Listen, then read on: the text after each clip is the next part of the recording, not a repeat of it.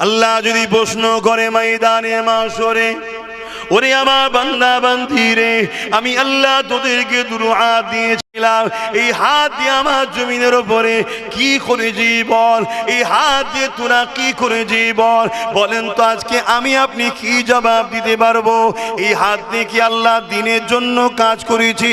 হাত তো আল্লাহ দিয়েছে গরিব দুঃখীকে সেবা করার জন্যে, হাত তো আল্লাহ দিয়েছে মা বাপের সেবা করার জন্যে, হাত তো আল্লাহ দিয়েছে হালাল ইনকাম করার জন্যে, হাত তো আল্লাহ দিয়েছে আল্লাহর ঘরকে তৈরি করার জন্যে, মসজিদ মাদ্রাসাকে বানাবার জন্যে।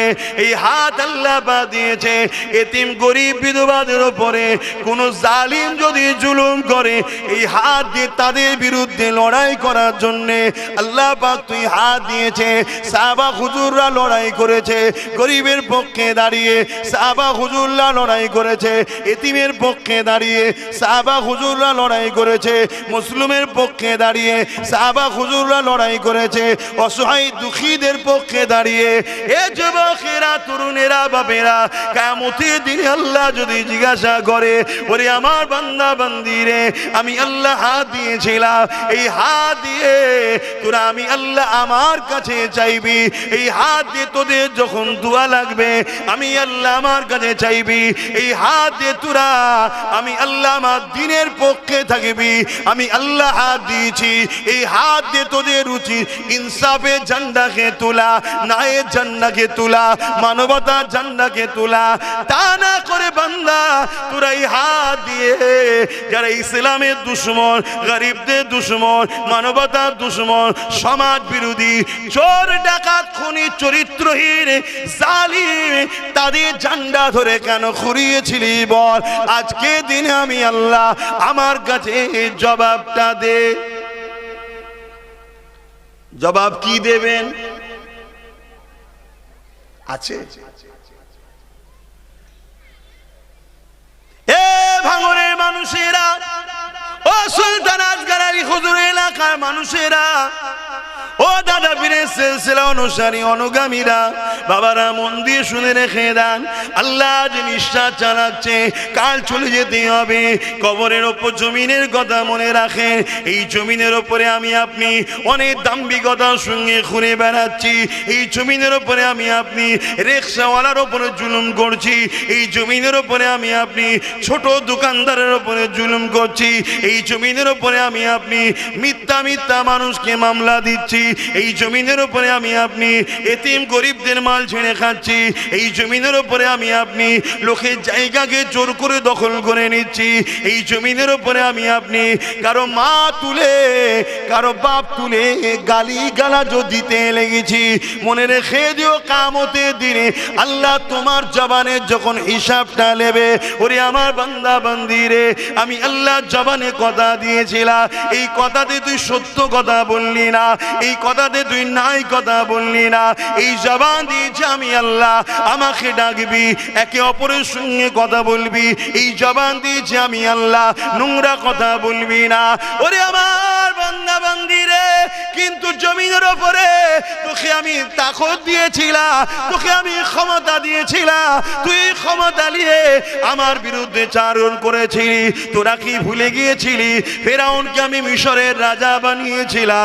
ওই মিশরের রাজাকে আবার আমি আল্লাহ কিভাবে ধ্বংস করে দিয়েছিলাম? তোরা কি ভুলে গিয়েছিলি আমি আল্লাহ নমরুদকে রাজত্ব দিয়েছিলাম? ওই নমরুদকে আমি আল্লাহ আবার কিভাবে ধ্বংস করে দিয়েছিলাম? তোরা কি ভুলে গিয়েছিলি চিঙ্গিস খানের নাম শুনলে দুনিয়া পুরো আতঙ্কে থাকতো? ওই চিঙ্গিস খানকে আমি আল্লাহ কিভাবে মেরেছিলাম? তোরা কি ভুলে গিয়েছিলি সামান্য সামান্য ক্ষমতা পেয়ে আমি আল্লাহ আমার জমিনের উপরে ফিতনা করেছি, আমি আল্লাহ আমার জমিনের উপরে আমার বান্দা বান্দির উপরে জুলুম করেছি। ওরে আমার বান্দা বান্দি রে, আজকে ময়দানে মাশরে এখানে কোনো দাদা দিদির কৃতিত্ব চলবে না, এখানে তুই জবাবটা এবারে দে। শুনছেন আপনারা? ভয় আল্লাহকে করেন, আজ আছেন কাল চলে যেতে হবে, এখনই মারা গেলে কবরে দিয়ে দিবে। ওই কবরটা আল্লাহ নবী জানিয়ে দিলেন কারো কারো জন্য জান্নাতের বাগান হবে, আবার কারো কারো জন্য ওই কবরটা জাহান্নামের একটা গর্ত হবে। শুনছো যুবক, আমার ভাইগুলো শুনছো? এ নওজওয়ানেরা, এর মানে এটা বলছি না যে কারবার বন্ধ করে দাও, দোকানদারি বন্ধ করে দাও, আর এমন করে মসজিদে গিয়ে তাসবিহ নিয়ে বসে যাও, আল্লাহ আল্লাহ আল্লাহ আল্লাহ করো, এটা আমি বলছি না। দুনিয়াদারি করতে হবে, কারবারও করতে হবে, ব্যবসাও করতে হবে। এক কথায় আমার রাসূলুল্লাহ হলেন আমাদের জন্য মডেল। আল্লাহ কোরআনে জানিয়ে দিলে, লাকাদ কানা লাকুম ফি রাসূলিল্লাহি উসওয়াতুন হাসানা। দুনিয়ার অন্য কাউকে মডেল বানালে হবে না, সব থেকে উত্তম মডেল হলো মুহাম্মদ রাসূলুল্লাহ। আমার নবী যা শিখিয়েছে তাই করো। ধর্মনীতিকে যেমন শিখতে হবে, সমাজনীতিকে জানতে হবে। কেন আমার নবী পাক ধর্মনীতি যেমন শিখিয়েছে, সমাজনীতি শিখিয়েছে, রাষ্ট্রনীতি শিখিয়েছে, রাজনীতিও শিখিয়েছে, সম্প্রীতি নীতি শিখিয়েছে, মানববন্ধন নীতি শিখিয়েছে। এ যুবকেরা, তরুণেরা, বাপেরা, আমার রাসূলুল্লাহ যা শিক্ষা দিয়েছে সবটা তোমাকে আমাকে নিতে হবে। যাই করি না কেন মুহাম্মদ রাসূলুল্লাহকে মডেল বেনে চলতে হবে। এই মহল্লার আজান হলে বলবেন, মহল্লার হক আদায় করতে হবে। শুনছেন বাপ ভাইরা? আজ আমার অনেক ভাই দেখছি এখনো চতুর্দিকে দাঁড়িয়ে দাঁড়িয়ে শুনছে। আমি জানি না তাদের কি সমস্যা আছে, আমি জানি না, কিন্তু আপনারা যারা বসেছেন, আপনারা আমার কথা মাইকের আওয়াজে বুঝতে পাচ্ছেন তো নাকি? আলহামদুলিল্লাহ, মজলিস আল্লাহ করে সুন্দর মানিয়ে গেছে। দেখুন না, একবার তাকবীর হয়ে যাক, নারে তাকবীর। আরে হাত তুলে বলুন, নারে দিবেন, নারে দিবেন, দ্বীন ইসলাম, কুরআন ও সুন্নাহ, কুরআন ও সুন্নাহ, নারে দিবেন। কোরআনের দুশমনেরা, কোরআনের দুশমনেরা, কোরআনের দুশমনেরা। কোরআনের দুশমন আছে না নাই? কথা বলেন, আপনারা কি কোরআনের দুশমন? দুশমনদের সাথী? হ্যাঁ, কোরআনের দুশমনি করে কেন? অথচ তামাম পৃথিবী জুড়ে কোরআনকে নিয়ে যে রিসার্চ হয়, অন্য কোন পুস্তক, বই, কিতাবকে নিয়ে এত রিসার্চ হয় না। তামাম পৃথিবী জুড়ে বছরে কয়েক মিলিয়ন বিলিয়ন ডলার টাকা খরচ করে কোরআন নিয়ে রিসার্চ চলছে, যাতে করে কোরআন থেকে একটা ভুল বার করা যায়। হে আমার যুব সমাজ, হে আমার আম্মা বোনেরা, ভাইয়েরা, বাপেরা, মন দিয়ে শোনেন। আল্লাহ রসুল বিদায় নেবে, নবী আমার জানালেন, আমি আপনাদের কাছে রেখে যাচ্ছি তিনটে জিনিস: কিতাবুল্লাহ আল্লাহর কোরআন, সুন্নতে রাসূল আমি নবী আমার সুন্নত, 3 নম্বর হলো আহলে বাইত আমি নবী আমার আহাল, আমার পরিবার। প্রথম নম্বর হলো কোরআন, কিতাবুল্লাহ। এই কোরআনকে নিয়ে ইংল্যান্ডের বুকে এক পত্রিকা লেখক 20 বছর ধরে ইসলাম ও কোরআনের বিরোধী করেছিল। একদিন তার হাতে একটা ইংলিশে ট্রান্সলেশন কোরআন চলে আসলো। সে সেই কোরআনকে পড়তে শুরু করলো। পরবর্তীতে সে লিখতে শুরু করেছে, 1 পৃষ্ঠা পড়ি, 2য় পৃষ্ঠা পড়ি, অন্য কাজ আছে, কিন্তু কোরআন আমাকে উঠতে দিচ্ছে না।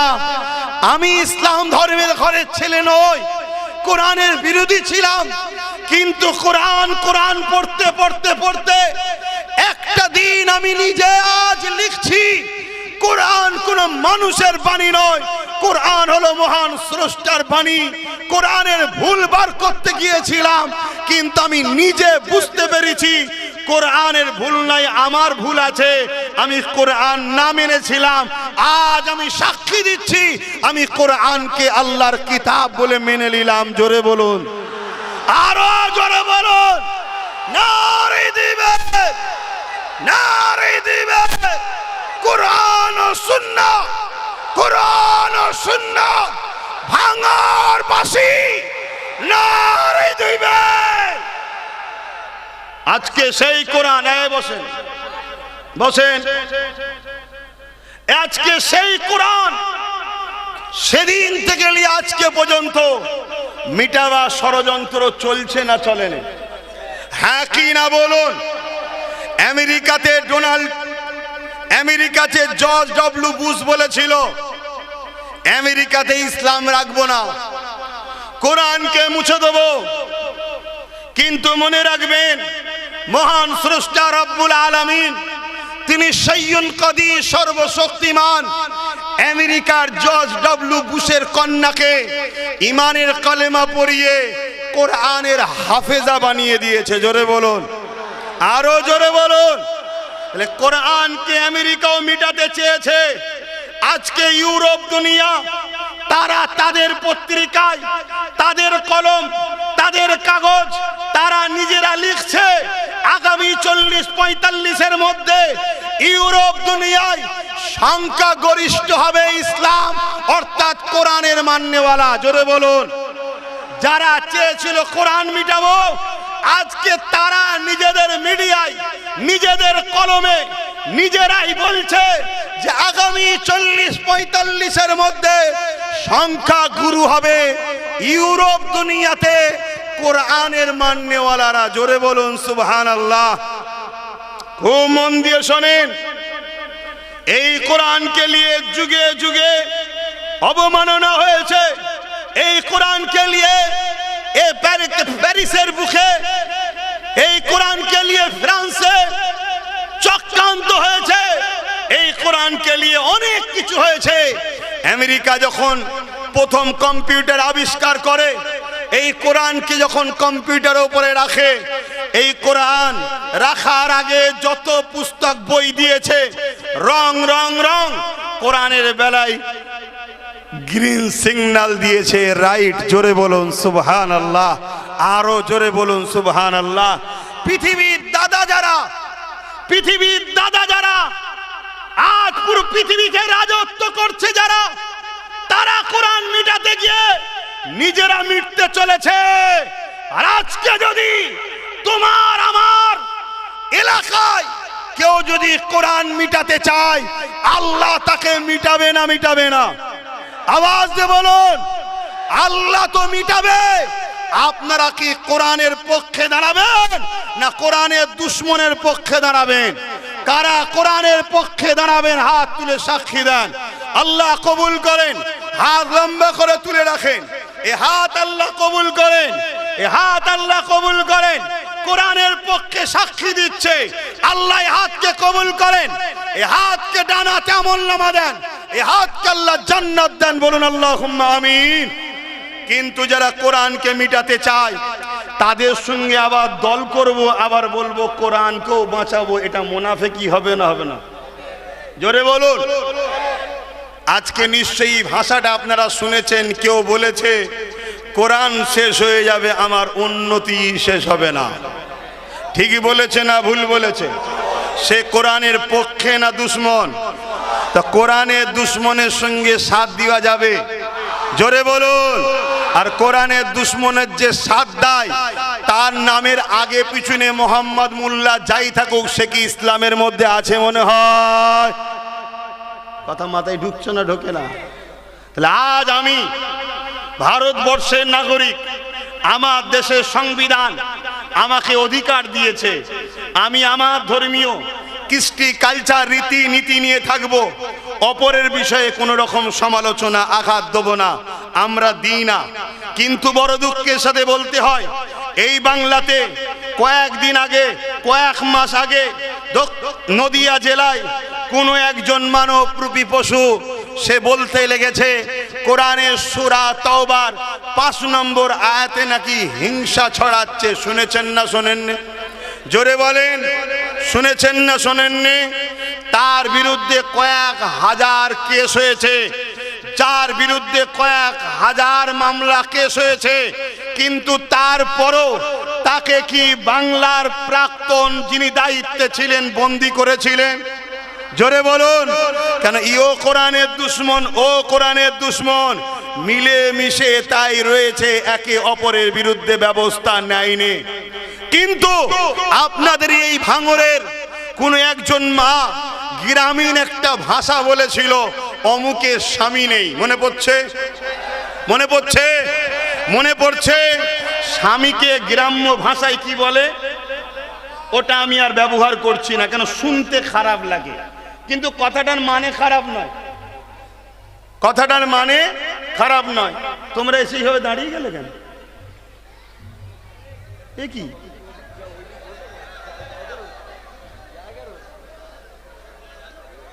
আমি এমনি ভাঙর আসতে যাই না, কেন আমি খুব রাগী মানুষ ভাই।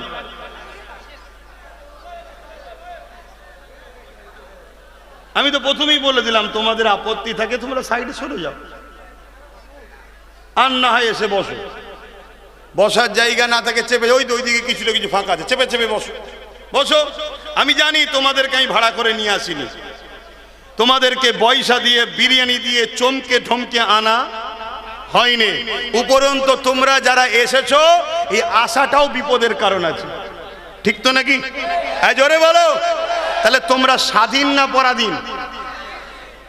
জোরে বলো। পরাধীন। দেশ স্বাধীন হয়েছে, তোমরা পরাধীন।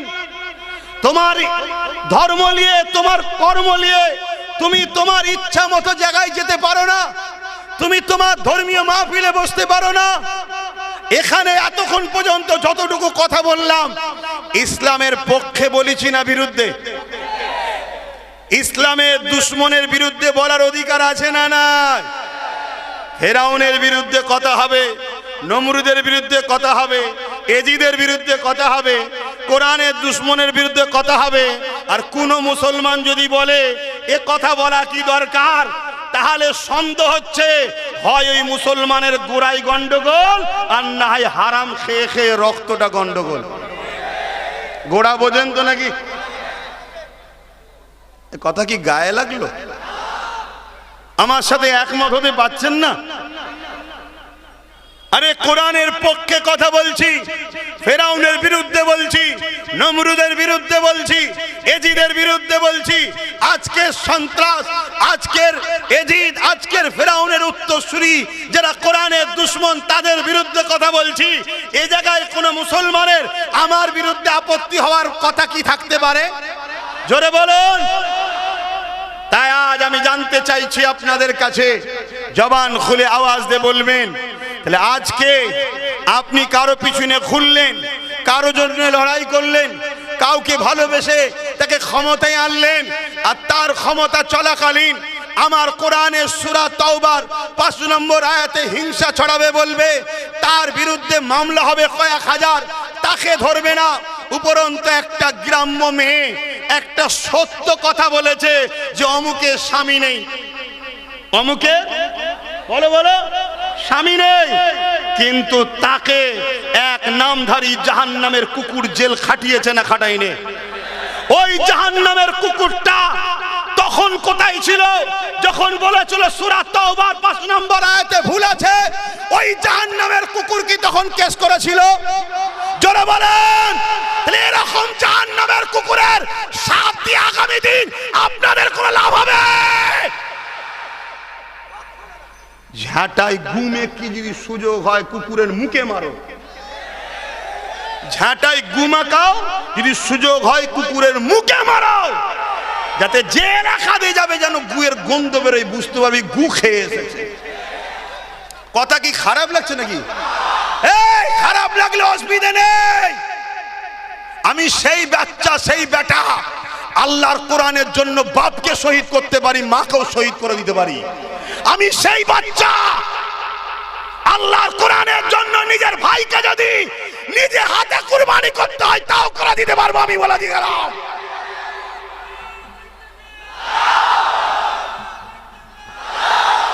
কেন কিয়ামত মরতে হবে, মনে রেখে দিও। এই কোরআন তোমার এই ভাঙরে আসতে গিয়ে কত তুফান, কত ঝড়, কত বাধা, কত বিঘ্ন, কত মায়ের কোল খালি হয়েছে এই কোরআনের পক্ষে থাকার জন্যে, কত বাপ সন্তান হারা হয়েছে এই কোরআনের পক্ষে থাকার জন্যে। আজকে সেই কোরআনের বিরুদ্ধে যখন কথা বলল, তখন তুমি মোল্লা সাহেব তুমি একটা কেস করতে পারলে না। শুনছেন তো নাকি? তুমি মুসলমান দাবি করছো, হ্যাঁ, একটা কেস করতে পারলে না। আর একটা গ্রাম্য মেয়ে বলে ফেলেছে, রাগের মাথায় হোক বা চলতি ভাষা একটা কথা বলে ফেলেছে, তুমি তাকে কেস করিয়ে একটা মুসলিম ঘরের মেয়ে, পর্দা নিশিনা নারীকে তুমি জেল খাটিয়ে দিলে। এ কথা বুঝছেন না? বোঝেন না? খুব সাবধান হন, বোঝার চেষ্টা করেন। এক শ্রেণীর মানুষ ইসলামের পিছনে লেগেছে। কারা লেগেছে? যারা ক্ষমতার জোরে মানুষের খোদা হতে চায়, যারা ক্ষমতার জোরে মানুষের প্রভু হতে চায়, যারা ক্ষমতার জোরে মানুষকে গরিব বানাতে চায়, তারা চায় মানুষ গরিব হোক, আমাদের কৃত দাস দাসী হয়ে থাক, মানুষের ঘরের মেয়েগুলো, মানুষের ঘরের কন্যাগুলো আমাদের ভোগের সম্পদ হোক। যারা এই জমিনের ওপরে অন্যায়, অত্যাচার, জুলুম, সন্ত্রাসবাদকে প্রতিষ্ঠিত করতে চায়, তারা ইসলামের যুগে যুগে বিরোধী করেছিল, আজকে নতুন করে আবার বিরোধী করছে। উদাহরণস্বরূপ বিগত দিনে যেমন ফেরাউন ছিল, নমরুদ ছিল, সাদ্দাত ছিল, আবু জেহেল, উতবা, সাইবা, আবু লাহাব ছিল, এজিদ ছিল, চিঙ্গিস খান, হালাকু খান, হতভাগা আকবর, ব্রিটিশ হুকুমত, এরকম যত যুগে যুগে জালিম এসেছে, এরা ইসলামের বিরুদ্ধে ছিল। কেন? ইসলাম ইনসাফের কথা বলে। ইসলাম মানে শুধু নামাজ, রোজা, দাড়ি, টুপি নয়। ইসলাম মানে শুধু মসজিদ বানাও, ইসলাম মানে শুধু রোজা রাখো, ইসলাম মানে শুধু হজ করো, এটা শুধু ইসলাম শিখিয়েছে তা নয়। হ্যাঁ, ইসলাম যেন একত্ববাদের কথা বলেছে, ইসলাম যেমন তাওহীদের কথা বলেছে, ইসলাম যেমন রিসালাতের কথা বলেছে, ইসলামে যেমন মসজিদ আল্লাহর দাসত্ব করার জন্য, ঘর নামাজের জন্য বানাবার কথা আছে, ইসলামে যেমন রোজার কথা আছে বছরে একবার, ইসলামে যেমন মালদারদের ঘরে যাকাত ও হজ করার কথা বলা আছে। সেই ইসলাম বলছে পিপাসিত মানুষের পিপাসা মিটাও, এটার নামও ইসলাম। জোরে বলুন সুবহানাল্লাহ। কিন্তু আজ ইসলামের উপরে বারবার কলম চালানো হচ্ছে, ইসলামকে নিয়ে মিথ্যাচার চলছে, ইসলামকে নিয়ে একদল মিডিয়ায় বসে মিথ্যাচার ছড়ানো হচ্ছে। এর জন্য দোষী আমরা। কেন? আমরা ইসলামের ঘরের ছেলে, আমরা নিজেদের ধর্মকে নিজেরাই চিনতে ভুল করছি। আজ আমাদের ধর্মের উলামারা এক শ্রেণী, শুধু আমাদেরকে নামাজ, রোজা, দাড়ি, হজ এই নিয়েই শুধু আমাদেরকে শিক্ষা দিচ্ছে। কিন্তু ইসলাম দাঁড়িয়ে আছে তা'মুরুনা বিল মা'রুফ ওয়া তানহাউনা আনিল মুনকার। ইসলাম অন্যায়কে মিটিয়ে ন্যায়কে প্রতিষ্ঠিত করার নাম ইসলাম। জোরে বলুন সুবহানাল্লাহ, আওয়াজ দিয়ে বলুন সুবহানাল্লাহ।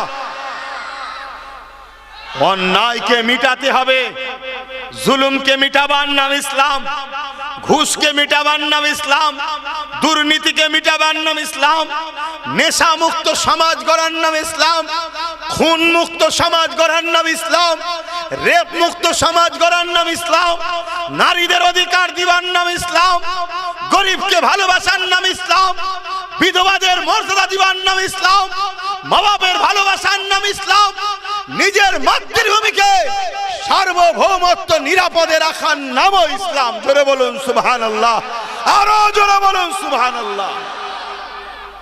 আজ আমাদের উলামারা এসব কথা বন্ধ করে দিয়েছে। শুধু নামাজ, শুধু দাড়ি, শুধু টুপি, শুধু রোজা।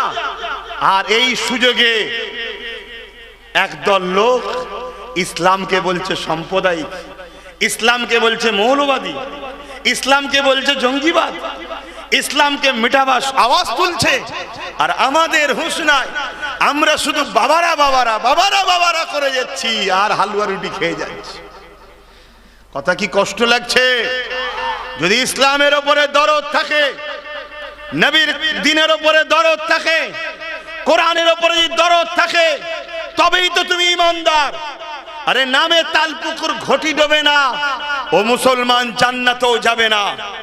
নাম রাখলে শুধু মুসলমান হলে হবে না, তোমার হৃদয়ের ওপরে আল্লাহর হৃদয়ে আল্লাহর মোহাব্বত, কোরআনের মোহাব্বত, রসুলের প্রেম, দ্বীনের প্রেম তোমার হৃদয়ে থাকা দরকার। আর কোরআন জানাচ্ছে তা'মুরুনা বিল মা'রুফ, অন্যায়কে মিটাও, ন্যায়কে প্রতিষ্ঠিত করো, এর নাম ইসলাম। আমার নবী পাক এই জমিনের উপরে এসেছে যখন নারীদেরকে জ্যান্ত পুঁতে দেওয়া হতো, আল্লাহ নবী সেই নারীদের পক্ষে দাঁড়িয়ে তৎকালীন অত্যাচারী স্বৈরাচারী জালিমদের বিরুদ্ধে আল্লাহ রসুল লড়াই করেছে। জোরে বলুন সুবহানাল্লাহ।